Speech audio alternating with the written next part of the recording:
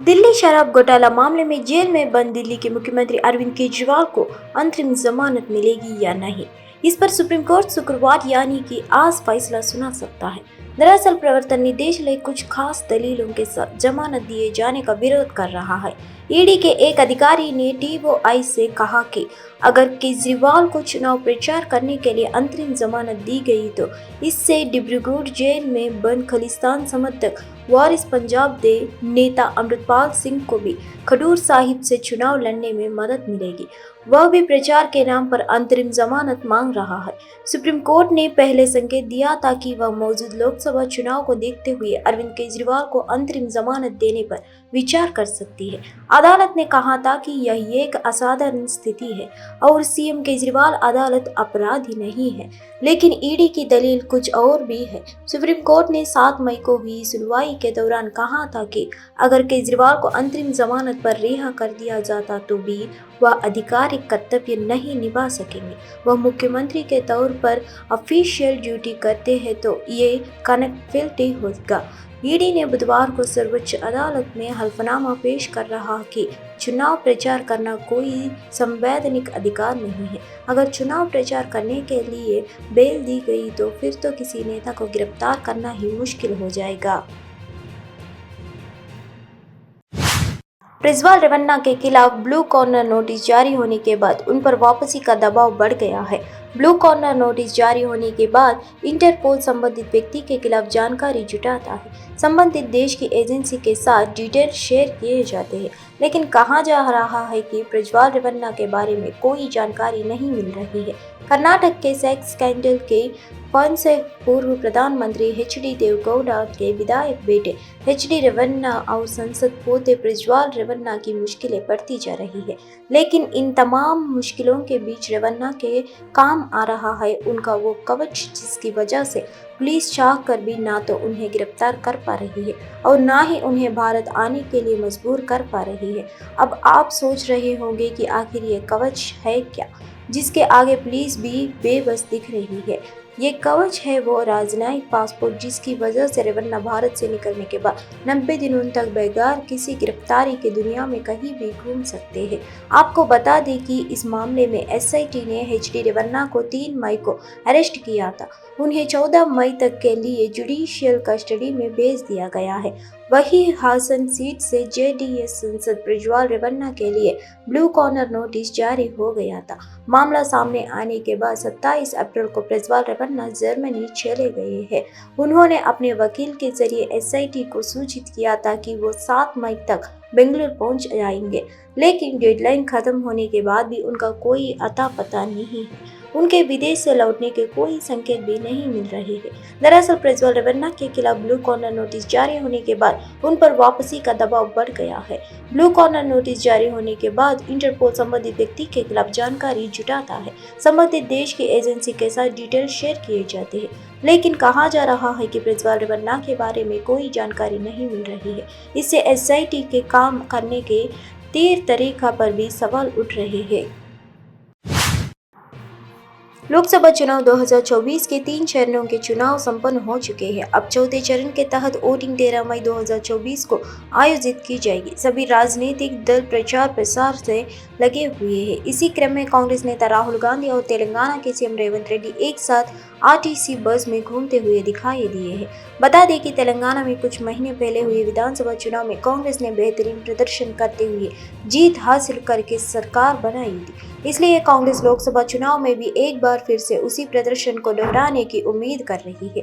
तेलंगाना के हैदराबाद में कांग्रेस नेता और वायनाड और रायबरेली सीट से पार्टी के लोकसभा उम्मीदवार राहुल गांधी और तेलंगाना के मुख्यमंत्री रेवंत रेड्डी ने जनता सभा में भाग लिया था। इसके बाद दोनों नेताओं ने आरटीसी बस में यात्रा की। उनके साथ आम लोग भी यात्रा करते हुए दिखाई दिए। इस यात्रा का वीडियो भी सोशल मीडिया पर वायरल हो रहा है। दक्षिण भारत के राज्य तेलंगाना में लोकसभा की कुल 17 सीटें हैं। इन सभी 17 लोकसभा सीटों पर चौथे चरण में एक साथ 13 मई को वोटिंग होगी। राज्य में मुख्य मुकाबला कांग्रेस, भारतीय जनता पार्टी और चंद्रशेखर राव की बीआरएस के बीच है। बसपा भी इस बार राज्य की ज्यादा से ज्यादा सीटों पर जीत हासिल करने के लिए पूरा दम लगा रहा है। उत्तराखंड की 4 धाम यात्रा आज से शुरू हो गई है। केदारनाथ के कपट सुबह 6:55 के खोले गए। हजारों तीर्थ यात्रियों के साथ सीएम पुष्कर सिंह धामी भी अपनी पत्नी के साथ दर्शन के लिए पहुंचे। केदारनाथ के अलावा गंगोत्री और यमुनोत्री को कपाट भी आज ही खुलेगी, जबकि बद्रीनाथ मंदिर में दर्शन 12 मई से होंगे। इस धर्मों पर दिन का तापमान 0 से 3 डिग्री दर्ज किया जा रहा है, वहीं रात में पारा माइनस में पहुंच रहा है। इसके बावजूद केदारनाथ धाम से 16 किमी पहले गौरीकुंड में करीब 10,000 श्रद्धालु पहुंच चुके हैं। पिछले साल यह अखंडा 7 से लेकर 8,000 के बीच था। यहाँ करीब 1500 कमरे हैं जो भरे हुए हैं। रजिस्टर्ड 5,545 खच्चर बुक हो चुके हैं। हरिद्वार और ऋषिकेश में 15,000 से ज्यादा यात्री पहुंच चुके हैं। 4 धाम यात्रा के लिए अब तक 22.15 लाख से ज्यादा श्रद्धालु पंजीकरण करा चुके हैं। पिछले साल रिकॉर्ड 55 लाख लोगों ने दर्शन किए थे। केदारनाथ बद्रीनाथ मंदिर समिति के अध्यक्ष अजयेंद्र अजय के मुताबिक 9 मई की शाम 4 बजे जब बाबा के पंचमुखी डोली केदारधाम पहुंची, उस वक्त 5,000 लोग मौजूद थे। उधर कल दोपहर 12 बजे मां गंगा की डोली शीतकालीन प्रवास मुखवास से गंगोत्री धाम के लिए रवाना हुई थी। डोली भैरव घाटी रात्रि विश्राम के लिए रुकी थी। आज सुबह 6:30 बजे डोली धाम के लिए फिर रवाना हुई है। आज 12:25 मां गंगोत्री धाम के कपाट खोले जाएगी।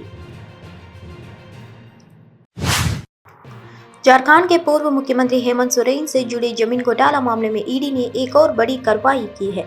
जांच एजेंसी ने गुरुवार देर रात इस मामले में 3 और लोगों को गिरफ्तार किया है। इनमें हजारीबाग के मुंशी का काम करने वाले लीड राइटर इरशाद शाहीन 3 शामिल हैं। इन्हें आज कोर्ट में पेश किया जाएगा। जमीन घोटाला मामले में मनी लॉन्ड्रिंग के तहत अनुसंधान कर रही ईडी ने पूर्व मुख्यमंत्री हेमंत सोरेन से जुड़े केस में हजारीबाग में मुंशी का काम करने वाले लीड राइटर इरशाद सहित 3 आरोपियों को गिरफ्तार की देर रात गिरफ्तार कर लिया है। गिरफ्तार 2 अन्य आरोपियों में द रजिस्ट्रेट ऑफ एश्योरेंस कलकत्ता के 2 कर्मी संजीत कुमार व तापस घोष शामिल हैं। तीनों की गिरफ्तारी रांची से बताई जा रही है। ईडी ने उन्हें पूछताछ के लिए बुलाया और गिरफ्तार किया है।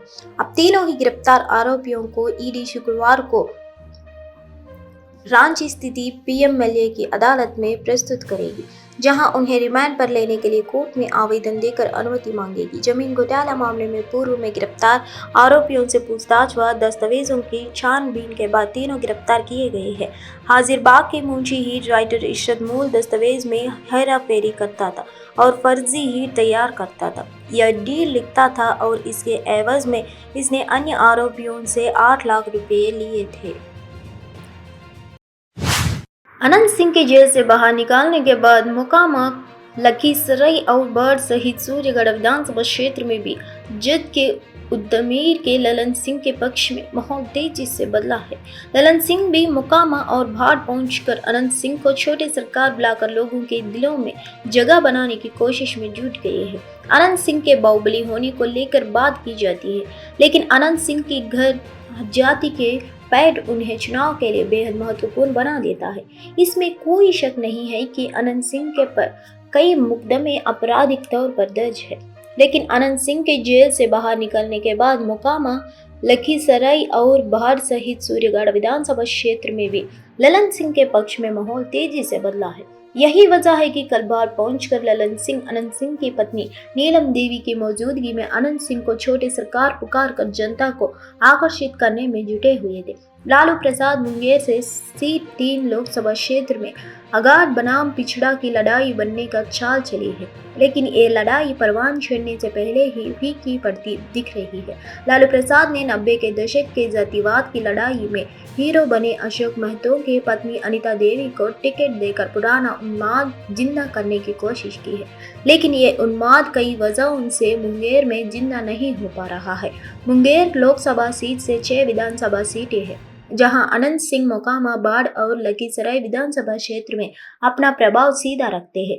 यही वजह है कि अनंत सिंह के पारोल पर बाहर आते ही ललन सिंह के निराशा वोटर अब ललन सिंह के पक्ष में वोट डालने की बात कह रहे हैं। मोकामा विधानसभा के मतदाता श्रवण कुमार कहते हैं कि लड़ाई जातिवाद बनाने की कोशिश लालू प्रसाद द्वारा की गई है। अशोक महतो भूमिहार जाति के नरसंहार के लिए जाने जाते हैं। वही ललन सिंह अनंत सिंह को जेल भेजे थे, ये भी सब जान रहे हैं। लेकिन अनंत सिंह का पैरोल पर बाहर निकालकर मोदी के पक्ष में मतदान करने की अपील करना ललन सिंह को सीधा फायदा पहुंच रहा है।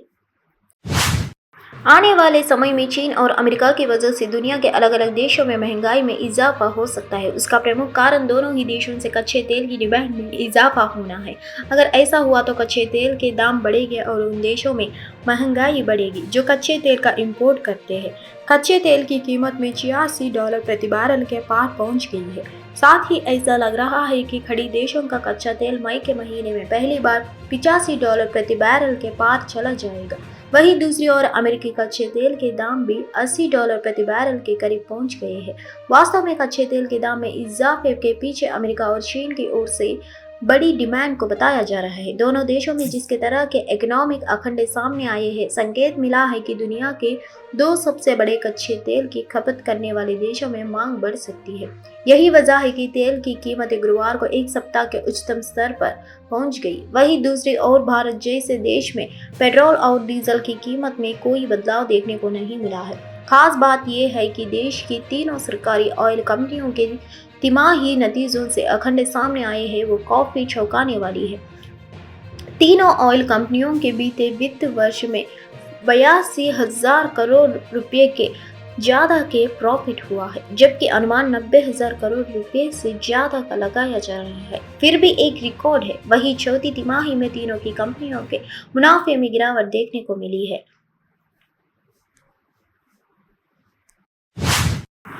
हैदराबाद से बीजेपी उम्मीदवार माधवीलता ने ओवैसी बंधुओं पर तीखा हमला बोला। उन्होंने कहा कि वे ओवैसी के भाई की भाषा नहीं बोलते। आगे उन्होंने कहा 15 सेकंड का समय ले और वोट करें और उन भार्गव भाषणों उनसे प्रभावित न हो। एएनआई से बात करते हुए माधवीलता ने कहा, हम रजाकार नहीं हैं, एआईएमआईएम वारिस नहीं है। हम यह नहीं कहते हैं कि 15 मिनट दीजिए और हम पुलिस को हटा देंगे। 15 मिनट क्यों, 15 सेकंड ले और वोट करें। इन भार्गव भाषणों से प्रभावित ना हो। यदि आप देशों के विकसित भारत और ले जाना चाहते हैं तो जाइए और वोट करें। हम लोग रजाकार के नहीं हैं, हम एमआईएम के वारिस नहीं हैं, हम किसी को डराते नहीं हैं, धमकाते नहीं हैं। हम चुटकी मारकर 15 मिनट के पुलिस हटाने के बात नहीं कहते हैं। 15 मिनट क्यों, एक 15 सेकंड ले लो, अपना वोट डालो। ये जो भड़काऊ भाषण में मत आओ। सबका साथ, सबका विकास और विकसित भारत की ओर जाना है। एक 15 मिनट ही लगेंगे आपको जाके वोट डाल के आने के।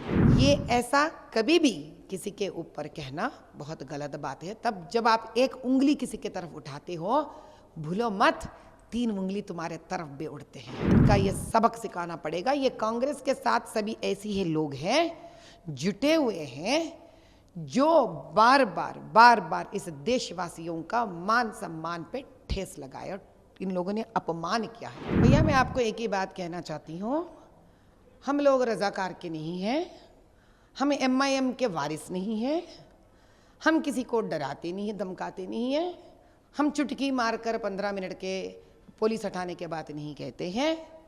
हम बस यही कहते हैं, हम औरत हैं, हम स्त्री का रूप धारण किए हैं। कोई भी हो हमारे स्त्री, एक मात्र स्वरूप। श्रीनगर से तीर्थयात्रियों का पहला जत्था 9 मई को हज यात्रा के लिए रवाना होने के लिए तैयार है। जम्मू कश्मीर से बिना मेहरम के 37 महिलाओं सहित कुल 7,008 हज यात्री पवित्र यात्रा पर निकले। इस साल विशेष रूप से 2024 में कुल 1,75,025 भारतीय तीर्थयात्री 2024 हज कोटा के तहत सऊदी अरब का दौरा करेंगे। यह हजारों तीर्थयात्रियों के लिए मक्का और मदीना की ओर पवित्र यात्रा की शुरुआत का प्रतीक होगा। जितने परिवार हज पे जा रहे हैं, क्योंकि मुसलमानों के लिए बहुत बड़ा पवित्र एक जर्नी होता है, मैं सबको बधाई देता हूं। आज जम्मू कश्मीर से 642 पिलग्रिम्स यहाँ से जा रहे हैं, जो 2 फ्लाइट्स में जा रहे हैं। अभी 10-15 मिनट में यहाँ से फ्लैग ऑफ होगा। मैं ये मानता हूँ इस बार का जो हज होगा बहुत ही अच्छा होगा। उनके लिए सारी फैसिलिटीज़ हमने रखी है, चाहे अकोमोडेशन हो, चाहे ट्रांसपोर्टेशन हो, हेल्थ फैसिलिटीज़ हो, या वहाँ रहने की व्यवस्था हो, सबके लिए बहुत अच्छा इंतजाम किया गया है। तो इस साल जो औरतें वो भी जा रही हैं विदाउट महरम 37 बहनें हमारी जा रही है जम्मू कश्मीर से, और पूरे देश से अगर हम लोग देखेंगे 1,75,000 पिलग्रिम जाएंगे इस बार। और वही जम्मू कश्मीर की अगर हम लोग बात करेंगे 7,000 के करीब यहाँ जहाँ से पिलग्रिमेज इस बार जाएंगे। तो क्या क्या सुविधाएं रखी है? सारी सुविधाएं आजकल ऑनलाइन है, वीज़ा ऑनलाइन किया गया है, वीज़ा में कोई दिक्कत नहीं। पासपोर्ट पहले डर रहता था कि भाई खो ना जाए, उसके लिए ऑनलाइन रखा गया है, वीज़ाज ऑनलाइन आते हैं। उसके बावजूद सिम कार्ड हो या फिर बैंड हो, सारे इंतजाम हमने कोशिश की जो पिछले कई वर्षों से। पूर्व भारतीय क्रिकेटर इरफान पठान और यूसुफ पठान ने 9 मई को पश्चिम बंगाल के मुर्शिदाबाद में चल रहे लोकसभा चुनावों के बीच एक रोड शो किया। क्रिकेटर से नेता बने यूसुफ पठान तृणमूल कांग्रेस के लिए चुनाव लड़ रहे हैं। बरहमपुर निर्वाचन क्षेत्र से हरफनमौला बइयों के प्रति अपना समर्थन दिखाने के लिए जनता बड़ी संख्या में सामने आई। पूर्व भारतीय क्रिकेटर इरफान पठान जो बहरमपुर लोकसभा क्षेत्र में अपने भाई और टीएमसी नेता यूसुफ पठान के लिए प्रचार कर रहे हैं। उन्होंने कहा, मेरे भाई को आज जितना प्यार मिल रहा है उससे 2 गुना प्यार वापस मिलेगा। मैं यहाँ अपने भाई का समर्थन करने आया हूँ। उन्हें जीतना चाहिए और लोगों के लिए काम करना चाहिए। जब मेरा भाई जीतेगा तो मैं भी उसका काम देखना यहाँ आऊँगा। वह वहाँ लोगों से मिलते हैं और लोगों की समस्या उनको समझाने की कोशिश करते हैं। जब मैंने मेरे भाई का वीडियो देखा था बहरामपुर में, जब लोगों ने इतना प्यार दिया और मेरा भाई रो रहा था, मुझे ऐसा तभी लग रहा था कि मैं आऊँ और उसको बहुत जल्दी से हक करूँ। अब यहाँ पे जो मैंने माहौल देखा है, जो भाई को प्यार देते हुए लोगों को देखा है, अभी मैं रैली से आ रहा था, भाई के साथ खड़ा हुआ था। आई थिंक ये जो प्यार मिला ये बहुत स्पेशल है, ये हर किसी को मिलता नहीं है। ये बड़ी खुशनसीबी की बात है कि इतना प्यार मिलता है और ऐसा लग रहा है कि आने वाले वक्त में भाई को और प्यार मिलेगा और जैसे ही और ज़्यादा प्यार मिलेगा भाई उसको दुगना वापस खेल रहे हैं। ऐसा लग रहा है कि जब मैं रैली में बैठा हुआ था तो हम लोग क्रिकेट खेल रहे हैं, जब हम लोग विकेट लेते थे तो कैसा शोर होता था,